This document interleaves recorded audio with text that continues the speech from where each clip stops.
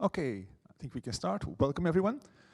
So today we have a seminar speaker of our own university, Olivier Namur, who is from the geology department, or the Department of Earth and Environmental Sciences, as it's called now.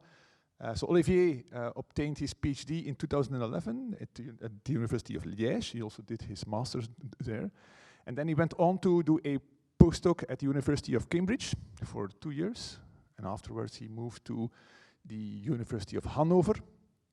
And there he did several postdocs. And he returned to Belgium in 2017, where he got a position as associate professor here at KU Leuven. And his specialty, as you can see, is in it's in both in Earth-like volcanoes as well as in exoplanets. And he will make the link today in his seminar. So please, Olivier, you have the floor. Yeah, thank you very much. It's a real pleasure to be here today and introduce some of the work we've been doing over the last sort of 10 years, both about volcanic processes and also about formation of planets, with a special focus, as you can see in the title, on reducing conditions. So you will hear quite a bit about Mercury, the planet Mercury today, which is, perhaps different from other planets, at least in our solar system in terms of oxygen fugacity conditions. And today I will really be focusing on sulfur chemistry. So why is sulfur important and what can we learn from sulfur distribution in planets in terms of formation of core, mantle and crust. And here what you see is a very nice example of a volcano in Ethiopia where we obviously have quite a bit of sulfur there. So, I will not be talking about exoplanets, so everything you will hear today is about our own solar system, which probably started like this with a cloud. You know that all better than I do. And then this cloud collapsed, forming a protoplanetary disk in a few millions of years, which ultimately formed planets. But what is important for today is that sulfur is quite an abundant element in our solar system. You see it normalized on hydrogen atoms, but sulfur is ranked 10th in terms of abundance. Okay, so this is fairly important. And then with time, this system cooled down from high temperature to sort of low temperature. And here you see the radius, or the distance from the sun. And what is important to notice is that in a few hundreds of thousands of years, the temperature has dropped enough to start forming sulfide species. Okay, so sulfur became very quickly an important ingredient of our planets. Now, because of that, sulfur is a major component in the solar system. It is found in dust particles. So here you have a very recent and nice study which is showing 3D models of interplanetary dust particles. And you see here in yellow sulfide droplets or sulfide crystals. So we find that in dust. Here you have an example of a meteorite, a carbonaceous chondrite, and in purple, it's not so easy to see, but in the matrix, you see metals and sulfide. So also in meteorite, we find quite a bit of sulfur species, very many different types of species. And also in comets, here you have data for a variety of comets, and many different sort of gas species, all involving sulfur. Okay, so sulfur is very important in all of these objects. But what I want today is to focus on planets, and actually on rocky planets. And the main difference between what I've shown on the previous slide and rocky planets is that we will be not anymore looking at homogeneous bodies, such as meteorite, but we will actually be looking at fully differentiated planetary bodies.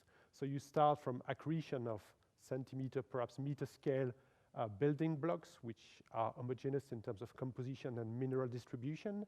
And then by accreting them, you provide enough radioactive decay and enough energy to start differentiating these, what we would call planetesimal, which then keep accreting to form planets. Okay?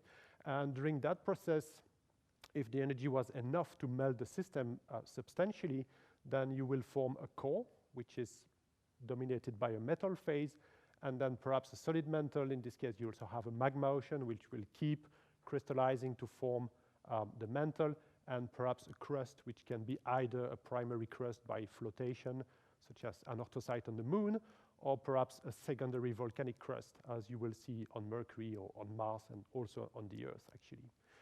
And what is important in this case, when you start from meteorite, okay, you might have sulfide minerals, but they will be homogeneously distributed. So you take any meteorite, you measure it, and then you get a sulfur concentration. Now, when it comes to planets, obviously we have access, at least for some planets, to the surface.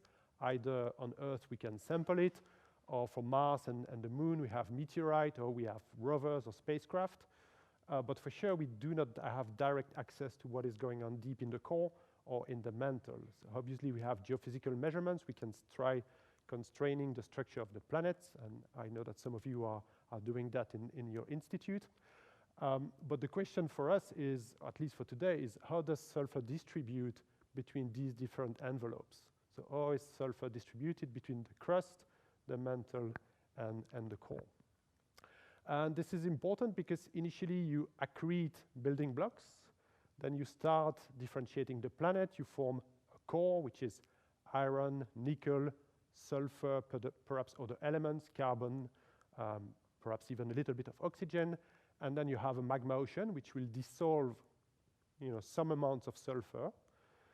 And then when this is solid, then you might have a second stage of partial melting of the mantle, producing volcanoes, and these volcanoes will outgas or degas sulfur, producing, well, partly sulfur and other species, producing an atmosphere.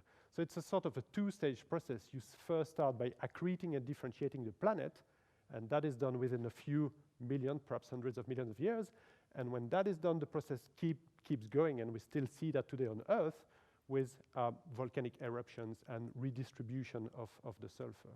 So understanding the global sulfur cycle on a planet is quite a challenge, because you have to take into account the whole process for our solar system from 4.5 billion years to what is going on today.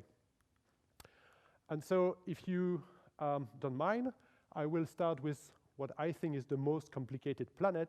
This is our own planet, the Earth, and it is quite complicated because it has plate tectonics. So at least in our solar system, we do not know any other planet with plate tectonics. And this is obviously a major process in sulfur redistribution. So it starts here on the left from accretion, primary differentiation, partial melting of the mantle is solid and produce volcanic eruptions. And as you do that, this mantle here will partially melt and will combine with other type of elements. If you are looking at subduction zone like the Andes or Japan, you will have not only sulfur species erupting, but also quite a bit of H2O and other species. If you look at mid-ocean ridge basalts in the middle of the ocean, these volcanoes are dry, so there's no H2O erupting or less, but there's quite a bit of sulfur. So even depending on the volcano you're looking at, the distribution of sulfur will be different. And while the Earth is relatively well known, of course, and when we look at what is how the sulfur is distributed at the surface, we see a very large variability of sulfur species. Here you find 3 different mines in different places in the US, in Oman, and in Indonesia. And what you notice is, at the first sight, you see that there's a difference in color. And this is related to how sulfur, or actually the redox state of sulfur, where you have here sulfur 0, sulfur to minus, so these are sulfide minerals, and here you have sulfate. Okay? So we start already understanding just with this that the redox state of the system will play a major role on the distribution of sulfur between the different geochemical reservoirs. So what does that mean for the Earth? Well, we can sample the most active volcanoes at the surface of our planet and try to use that as a proxy to get constraints on how sulfur is distributed inside the planet. And you've probably seen maps like that if you had any lecture of geology in the past. And actually what you see here is a map of the Earth, and the color is the age of the plates, the tectonic plates. Okay, so the red is very young, and the green is much older. The scale is about 300 millions of years. And so what you see is that in the middle of the ocean, this is where we form new oceanic crust, okay? And we can sample that, and we have thousands of samples of these volcanoes in the middle of the oceans. And when we measure those, what we find is, this is a photograph under a microscope of one of these rocks. And what you see here is a sulfide mineral, okay? So these lavas contain sulfur. And in terms of concentration, you see here a proxy, which is the magnesium over iron ratio of the lava. That doesn't matter very much. But what is important is the concentration of sulfur in these lavas. This is in part per million. And we have about 1,000 ppm of sulfur in these rocks, okay? So the sulfur of the Earth is relatively sulfur poor, 500 to 1,000 ppm, okay? And this is quite homogeneous at the surface, at least for these mid-ocean rich basalts. So how does that translate into the amount of sulfur in the mantle?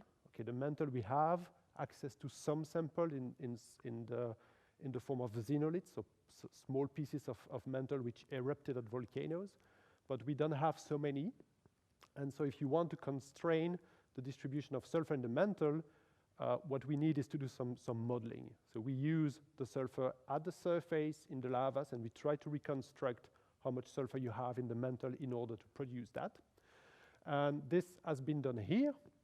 And here in this diagram, what you see is, again, the sulfur content, okay, in the lavas, and how much you need to melt the mantle in order to produce these lavas, okay? And what we know by different types of modeling is that in order to produce the mid-ocean ridges, so these volcanoes we see in the middle of the ocean, you need to melt the upper mantle by about 15%.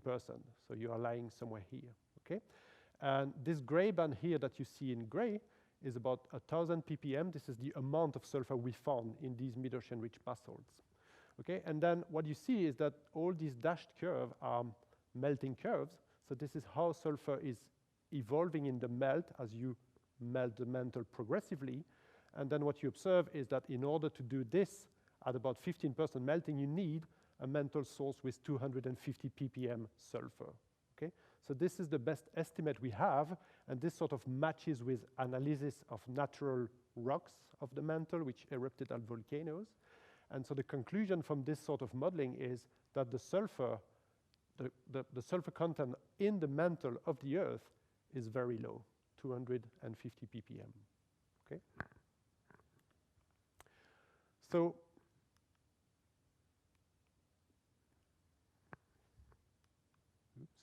all right. So if the sulfur at the surface is low, if the sulfur in the mantle is low, the question is, where is the sulfur located? And the answer is, well, in the core, at least to a significant amount in the core of our planet. And this diagram shows the abundance of elements in the silicate part of our planet as a function of their condensation or half condensation temperature, from high temperature to at the left to low temperature at the right. And this is normalized on Mg and then normalized on the chondrite concentration. And you see a trend from high concentration of refractory elements to sort of strong depletion of moderately volatile elements and highly volatile elements. And what you perhaps already seen is that sulfur actually is lying way below this main trend. And the reason for that is because sulfur is missing from the silicate part of our planet. And why is sulfur missing from the silicate part of our planet is because it's been sucked into the core during primordial differentiation of the Earth, okay? And actually we can use geophysics to try even better constraining how much sulfur you have in the core. And this is sort of summarized in this diagram from James Badrow, published about 10 years ago, where they looked at the bulk and they modeled the bulk sound velocity at the core mantle boundary for a core with a range of concentration of some light elements. You see oxygen, silicon, and so on.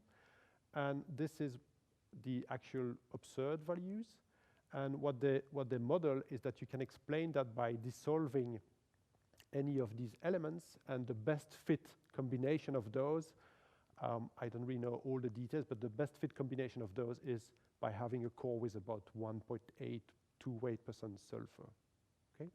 So to summarize, the Earth has about 2-8% sulfur in the core, and then the mantle and the crust are relatively depleted. Now, what is going on standing lit planets such as Mars?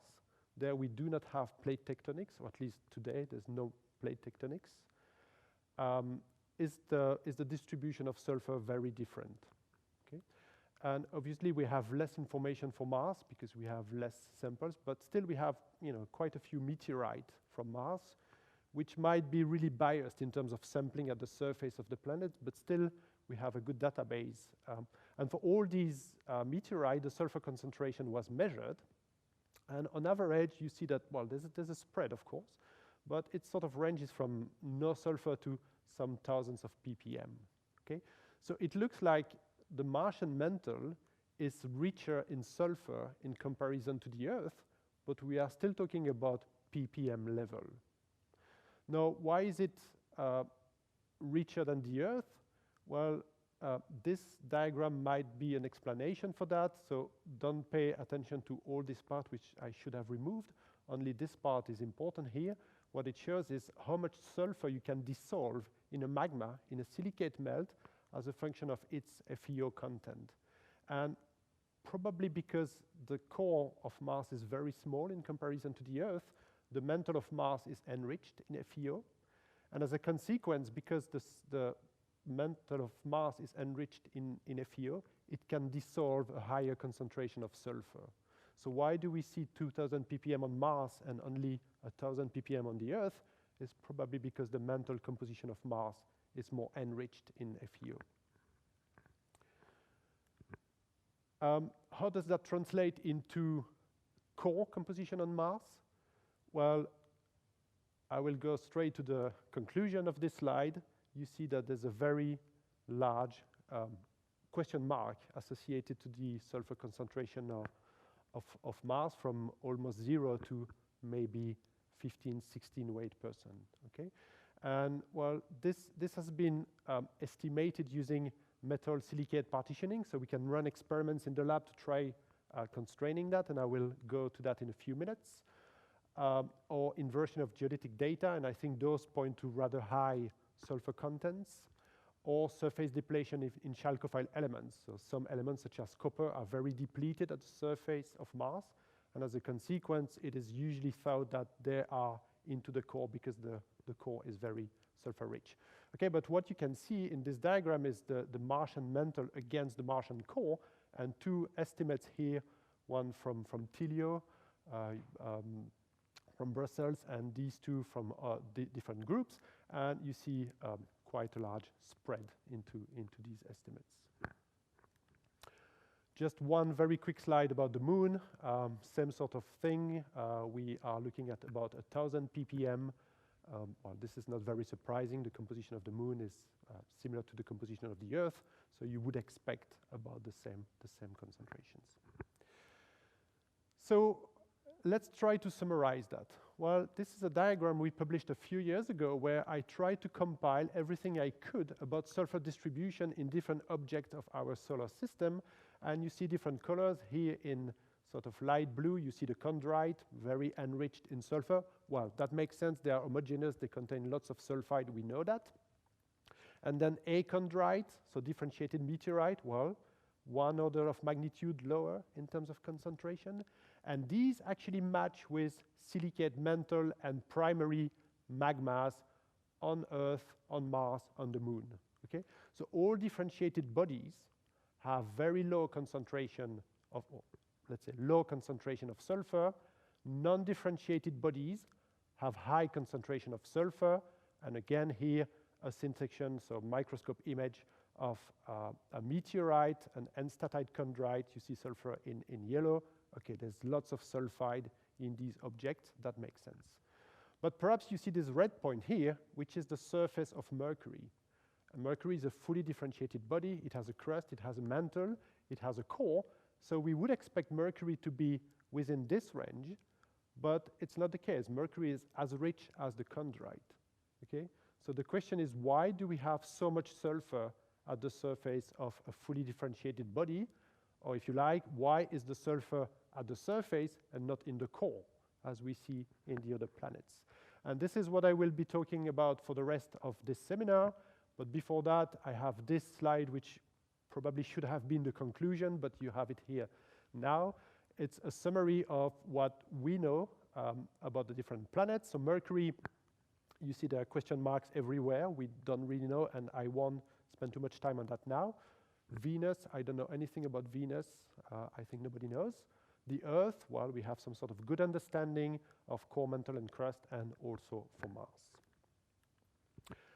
Okay, so what is different about Mercury? Well, the main difference between Mercury and other planets is the redox state.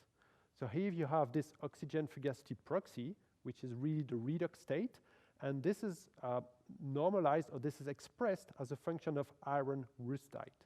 So iron rustite is this equilibrium here between metal Fe and FeO, rustite, and you can calculate the partial pressure or the oxygen fugacity using the Gibbs free energy of that reaction. Okay? And when you express this as a function of delta iron rustite, above 0, you expect iron being oxidized, iron 2+, perhaps iron 3+, if you go here. And below that, you do not expect any iron 2+ or 3+. Iron should be in the metal phase, at least in the pure system. And what you start having is also something which is in between Si and SiO2. Okay? So perhaps in the metal phase, in these conditions, or in reducing conditions, you might have a core which will not take sulfur, but which might instead take silicon. Okay? And so, interestingly, like Venus, or what we know about Venus, the Moon, Mars, and the Earth, they sort of lie around iron rustite. And Mercury is about iron rustite minus 5, 6, 7 perhaps. And this red bar here you see vertical is what was the estimated FO2 of the Sun during the formation of the planets. So Mercury is somehow almost as reduced as the early Sun of the solar system. And that probably makes a very big difference in terms of internal structure of the planet. So let's have a look at that. So I'm not sure how familiar you are with oxygen fugacity, so I've just summarized this diagram showing the partial pressure of oxygen as a function of temperature for different reactions. The iron rustite we just saw. This one is something which is used very often by geologists. This is the quartz, so SiO2, firelite. This is an olivine, magnetite. This is an iron oxide. And these, so the blue one is the conditions you see for most volcanoes at the surface of the Earth. Iron rustite is rather the conditions during primordial differentiation of planets. So these two are important for geologists. And here what you see is the oxygen fugacity. So sorry for this one. This is expressed as a function of QFM, not iron rustite anymore. You see there's a few orders of magnitude difference. But interestingly, what you see is there is a shift from sulfur content at low oxygen fugacity to high sulfur content at higher oxygen fugacity. And in Earth-like condition, this is explained by changing the main species of sulfur. Okay, so in this condition, sulfur in a melt, in the magma, is dissolved as a sulfide, so S2-, whereas in this case, this is a sulfate, S4+. And this means that you can dissolve, at least in oxidizing condition, you can dissolve quite a bit of sulfate in a magma. You cannot dissolve very much sulfide, S2- in a magma under reducing condition. But what you notice is this is known down to QFM-1, which is, you know, iron rustite, I know rustite +1 perhaps. But for Mercury, what we would need to know is how is this curve evolving if you go all the way to this part of the diagram. So this is what I call the special case of Mercury. Mercury is very different from other planets. It has a very large metallic core, perhaps a solid inner core, then a liquid outer core today. Then there is a very thin mantle, so this is about 70% of the planet in volume. Then there's a thin core, a thin mantle, sorry, which is about 400 kilometers. The diameter of the radius of the planet is 2.4 thousand kilometers. And then there's a volcanic crust, okay? And in between, there's something that has been proposed by geophysicists and also based on thermodynamic modeling, but perhaps there's a sulfide layer at the interface between the core and the mantle. And this is interesting because if that is true, then, well, we know where the sulfur is on Mercury. In terms of chemical composition, Mercury, because it's so reduced, has no oxidized iron, so it plots here at 0, and it obviously has lots of reduced iron, so it plots here. And actually, the only other object we know with these composition are enstatite chondrite and bencubinite chondrite, so 2 types of meteorite. All the other planets rather fall on this trend far away from Mercury. So all the other planets are much more oxidized. Well, we knew that already from the previous slide. So how do you form Mercury? 2 main models. The first one is you start from a much larger planet. Then you have one giant impact or many different small impacts.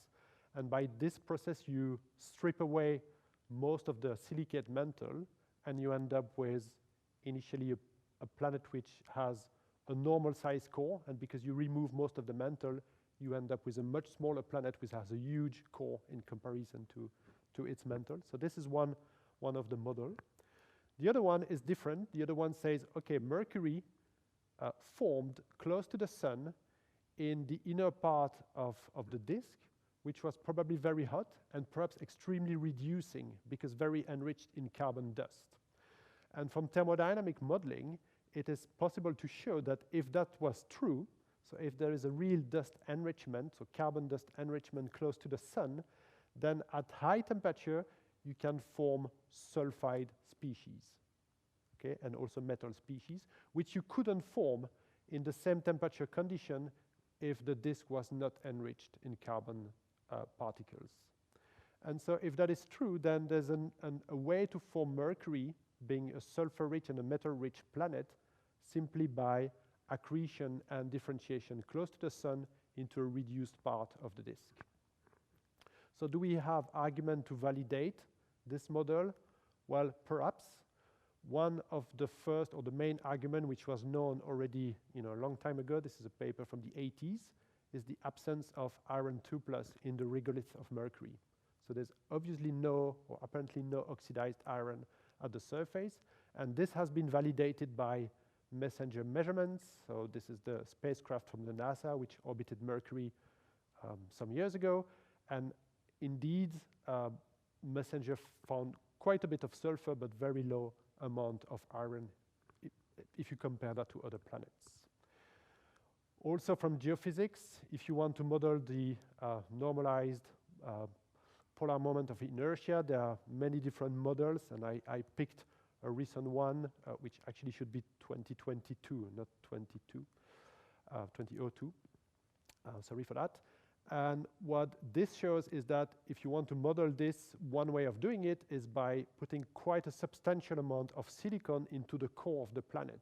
And perhaps you remember the FO2 slide, which I showed a few minutes ago. In order to do that, you need to reduce the system quite a lot. So this all fits with differentiation of the planet under very reducing conditions. Okay, so we differentiate the planet under very reducing condition. By doing that, we produce a very large metallic core and a thin silicate magma ocean. This silicate magma ocean crystallizes, and then perhaps there's a graphite crust at the top. This silicate magma ocean crystallizes, and then there is melting of the mantle, formation of volcanoes, and ultimately a secondary volcanic crust. And messenger provided very high resolution image of the surface, and we actually see very long lava flows. So here you see the scale. This is from top to bottom 30 kilometers. So you can follow lava flows for tens, perhaps hundreds of kilometers at the surface of Mercury. So we have a secondary volcanic crust, which is quite heterogeneous in terms of composition. You see here MgSi, so this is a proxy for the magnesium content, aluminum here at the bottom, so this is the magnesium map. This is the aluminum map. So you see a quite heterogeneous distribution between what is called here the high magnesium region, here the sort of much more evolved northern volcanic plains. Well, this doesn't matter very much. But what is important is that all these lavas are very enriched in sulfur. So if you remember the Earth or Mars, we were talking about a few thousands perhaps of ppm. Here we are talking about 1.6 weight % on average. Okay? So this is much, much more sulfur rich than the surface. Okay, so how do we produce that? Well, it's unclear because we know that there's a very big core. So you would expect all the sulfur to be in this core and therefore the surface to be super depleted, but this is not what we observe. We observe a surface which is actually extremely rich in sulfur. So the way we approach this is trying to understand the distribution of sulfur, not, well, partly using modeling, but also by doing experiments in the lab. So here at Leuven, I developed over the last 5 years a new lab where we can use to reproduce magma in the lab at high temperature, low pressure, but also high pressure. And actually there's a new press coming in the next few months, which will allow us to reach even much higher pressure conditions than that. So for Mercury, we will also be able to reproduce the core conditions. Okay? And in these, what we can do is we can take compositions measured by the MESSENGER spacecraft or estimated bulk composition of Mercury, and then run these at different pressure temperature conditions and see how the sulfur distributes between different phases that we produce in the experiments. And actually I really like this picture which we published a few years ago, because to me it shows what Mercury could be in total in a tiny experiment. So here you see the scale. This is a few microns across. But you have a silicate melt, which you could think is a magma ocean. You have some big crystal, which you could think is the solid mantle or the crystallizing mantle of Mercury. Then you have a metal, which could be the core.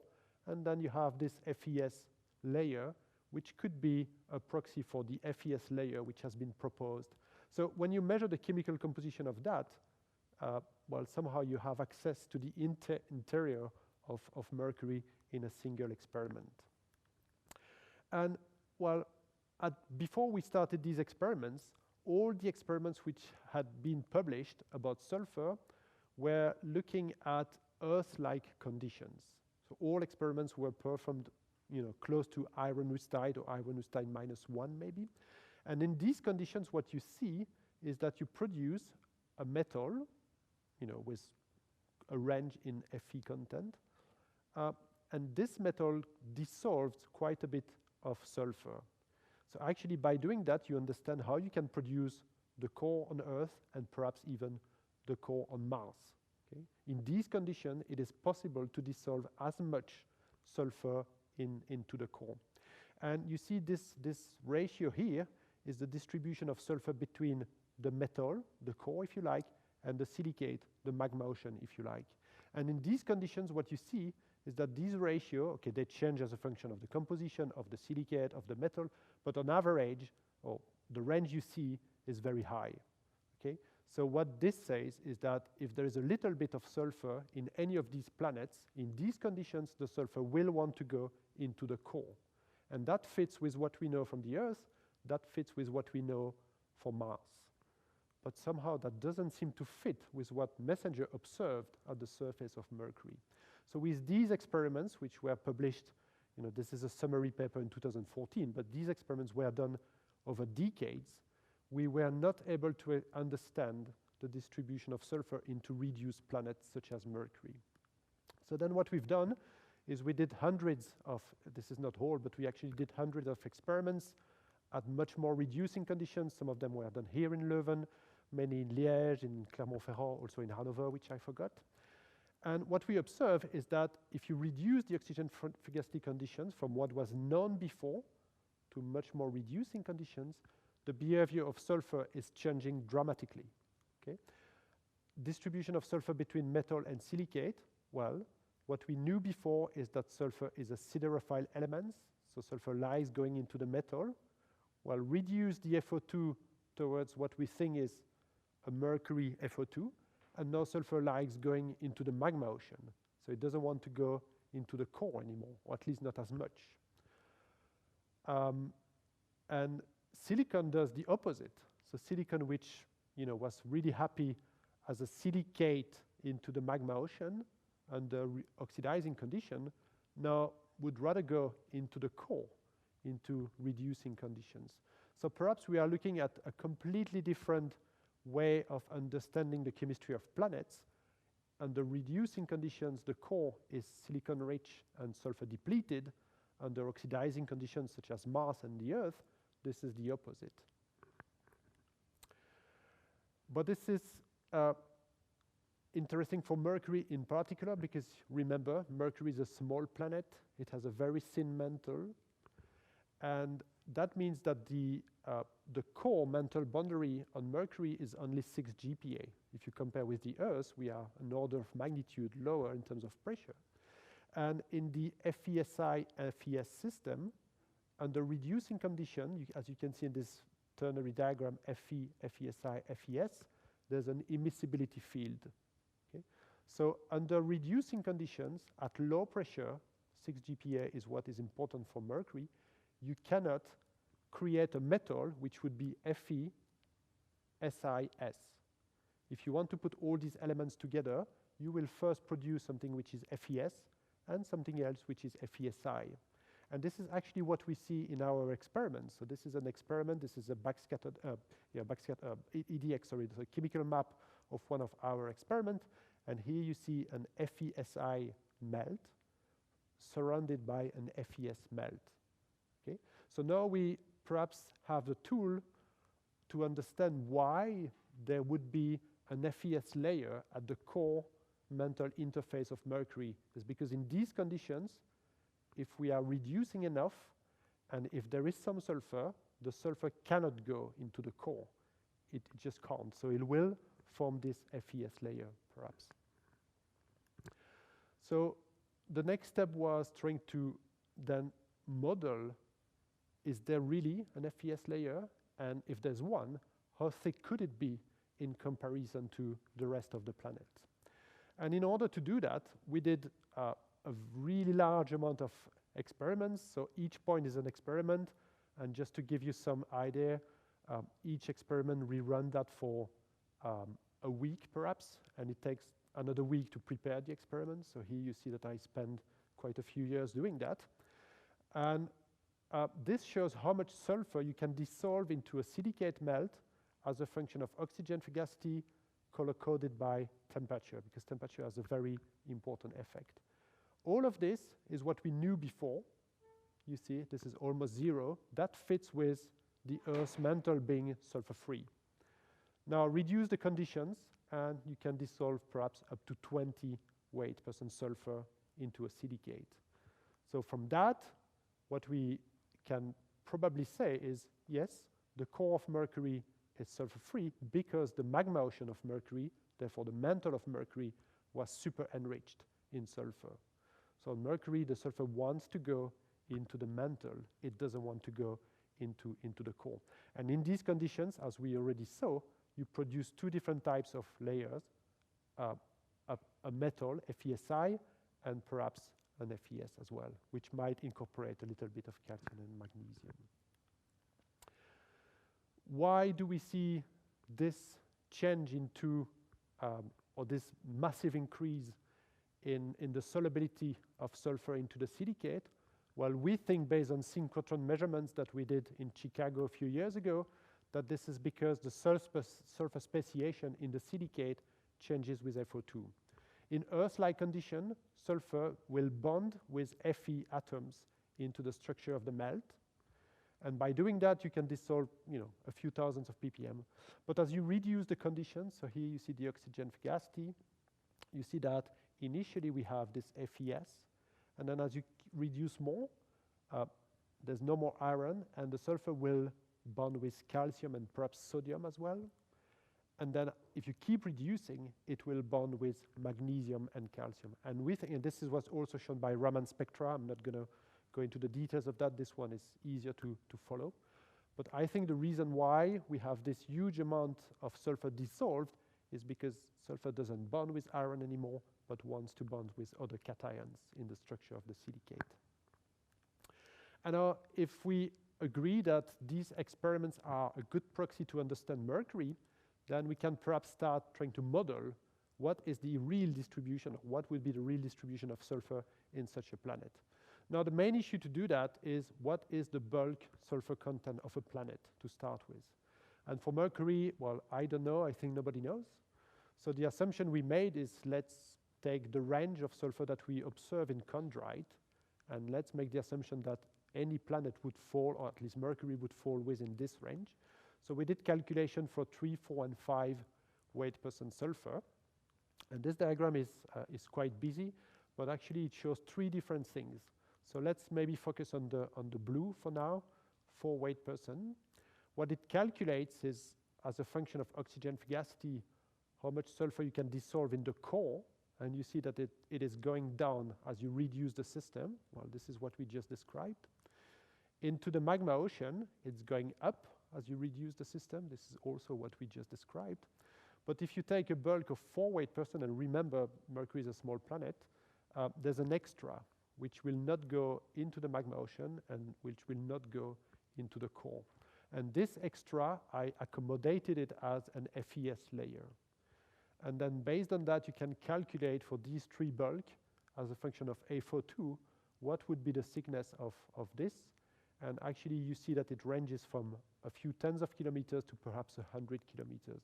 And from geophysics, well, the best estimate was 200 kilometers, so we are not super far from what they calculated. Well, at least for geologists, that's good enough. I don't know for physicists. So that is the effect of sulfur on the core. Now I will quickly go into a couple of slides about the effect of sulfur on the mantle now.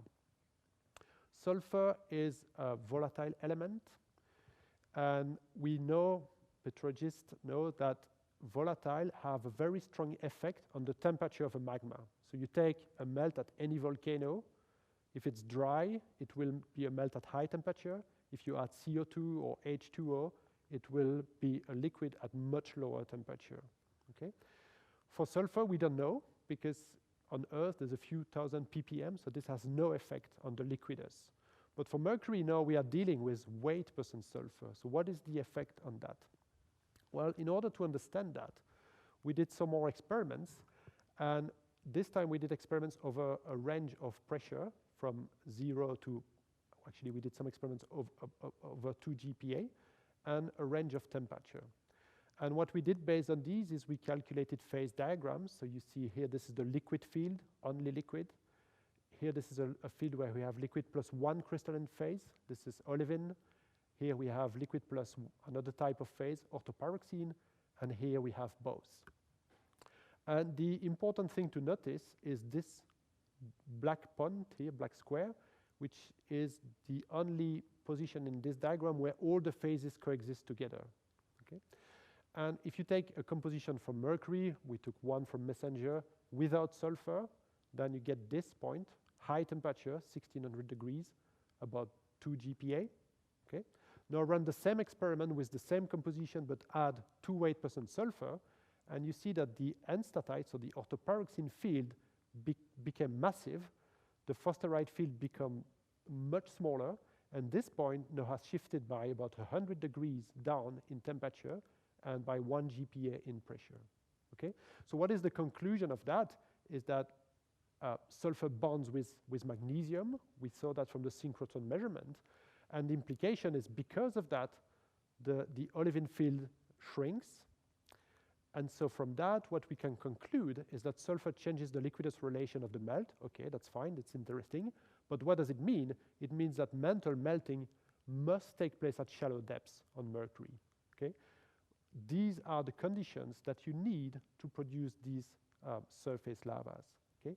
So actually, you melt your mantle at very shallow depths. And this is the effect of sulfur. So it changes the liquidus, probably also the solidus, that much that the melting conditions become very different from what we see on other planets.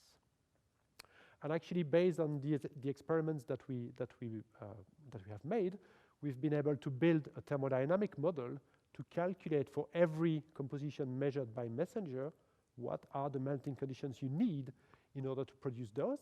And you see here in this diagram, which is, sorry, again, quite busy, but it shows the temperature as a function of pressure.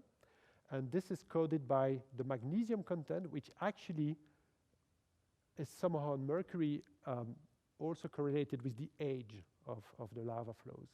And so what we calculated, okay, there's probably a very large error on this, but what we calculate is that from the oldest lavas we sort of know on Mercury, 4.2 billion years, to the youngest, 3.8, you decrease the temperature of your planet in such a way that the degree of melting of the mantle will drop from about 50% to about 20%. So you start from something which we also know on Earth. This is called komatiite, which are the hottest lavas on Earth, produced billions of years ago, and then you end up with lava composition which are relatively similar to the mid-ocean ridge basalts today on Earth. But on Mercury, you do that in alpha billions of years. This is a major difference with the Earth. Now, final couple of slides. Now we sort of understand a little bit the effect of sulfur on the core, perhaps on the melting of the mantle. The last thing is, what is the effect on the behavior of the magma ocean before the mantle becomes, or before it became, a solid mantle? And this is not work we have been doing. This is work that has been published by others, but this is something we are currently trying to work on. So what has been shown is that the viscosity of the melt, here in Pascal second as a function of temperature, these are the values for sulfur-free magma ocean. And if you add sulfur, this will decrease quite a bit the viscosity. And also because you have lots of sulfur in the magma ocean, perhaps 0 to 10 weight %. So this is based on, this is a paper in which we are not part, but this is based on the experiments we published. They calculated that if you crystallize a magma ocean from bottom to the top by fractional crystallization, you might be able to reach sulfide saturation at different levels, depending on how much sulfur you started with. And based on that, they calculated that you might end up with sulfide plumes or sulfur-rich convection. So these are all type of behaviors that we do not expect on Earth, well, on the Earth magma ocean, or on Mars or on the Moon. So that's something we would have to take into account into future studies of Mercury. And then the last thing is, as you can see, I've put very speculative in parentheses here. This is something we try to work on today, actually now, is trying to understand, again, what is the effect of sulfur on the magma ocean. And then what I did is I took a model which was very recently published to try calculating how fast you might be able to cool down or crystallize the magma ocean of Mercury, and I did that using different heat capacities. So these curves are probably not very correct because this is something we've just started to work on. But what I want to show is this has been done with all the data we know, in terms of solidus-liquidus relationship in planets, which are all based on sulfur-free experiments. And now what we would need to be able to do is to understand what is the role of sulfur onto the solidus-liquidus relationship. So if you take a magma ocean of Mercury, 6 GPa, this is a solidus curve, this is a liquidus curve, this is a liquidus curve, this is, the adiabat, the liquidus curve in green. Well, as you can see, I've put a solid line and a dashed line for each of those, because at this point, we do not know what is the solidus, what is the liquidus of Mercury's magma ocean. And this obviously would have huge effects on, calculation of cooling timescale, formation of atmospheres, formation of the mantle, formation of the crust, and so on. And I mean, my point here is that we really need new experiments to hopefully better constrain that. And this is some of the work that I will be doing here in Leuven in the next few years. So to conclude, this is the final slide, conclusion. well, what we think now is that oxygen fugacity plus other conditions, pressure, temperature, play a major role on the distribution of sulfur in planets. It can be Mercury, it can be Mars, it can be the Moon, it can be Earth. If you change the FO2 conditions, you will change the distribution of sulfur. In moderately reducing conditions such as the Earth and Moon, well, sulfur will go into the core, and as a consequence, you will have hundreds, perhaps thousands of ppm of sulfur into the mantle. Under very reducing conditions, perhaps because of accretion close to the sun or whatever the reason, then the mantle will become very sulfur rich, and the core will be sulfur depleted. Okay, so something I have not addressed yet, but this is a question I have for you, which is a bit of a puzzle for me, is from what we've seen, Mercury is a sulfur-rich planet, then the Earth is quite depleted, and then Mars is again a sulfur-rich planet. And I don't understand why there is this progression as a function of heliocentric distance. So if anyone has any idea, I'd be keen to hear. Thank you very much.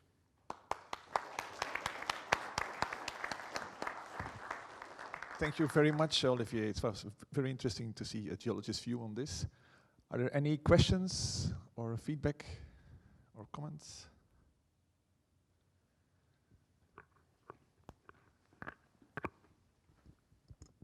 Thanks for the talk. The IvS layer that you were talking about for Mercury, how can we think about it? Is it like pure IvS, or is it just overabundant in this region? Yeah, so I haven't really talked about that, but so in the experiments, when we produce IvS, it's quite pure. It might get a bit of chrome, but we have no idea how much chrome there is in the planet, so we just added a little bit. But what I think is the sulfide in the mantle probably are MgS. And this might be important. I have absolutely not talked about that today, but we have experiments showing that if you have MgS, this phase will trap uranium and thorium. And so that means the radioactive elements would be trapped into sulfide phases, which is also very different from other planets where they would rather go into the crust. So the sulfide also has implication for the thermal history of the planet. But this layer at the core would probably be FES.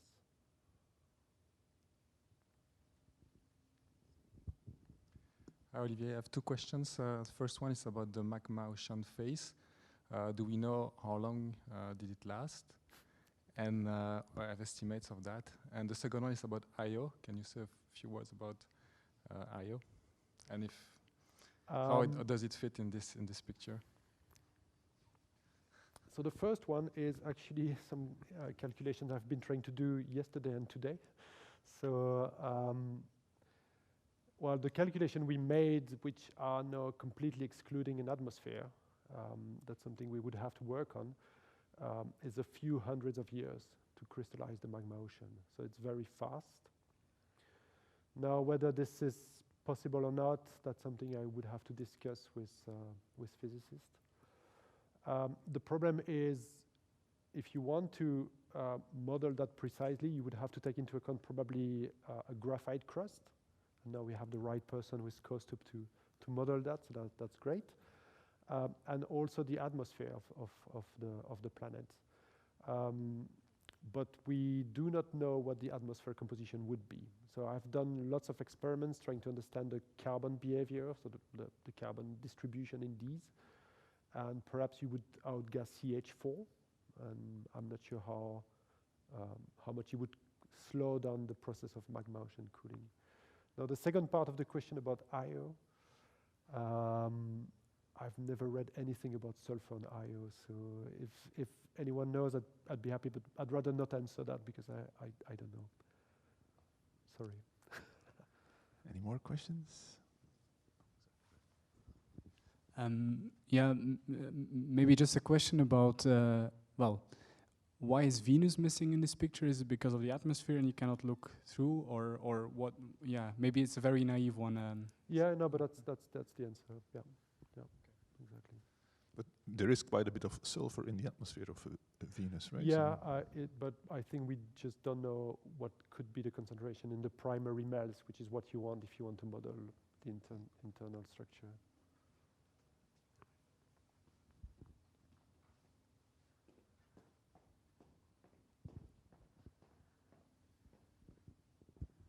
I had a question on the dust close to the sun. It seems to be a bit counterintuitive that you get more dust close to the sun where it's very radiative, hot zone, and then you get dust, while normally dust is formed actually quite far from the star.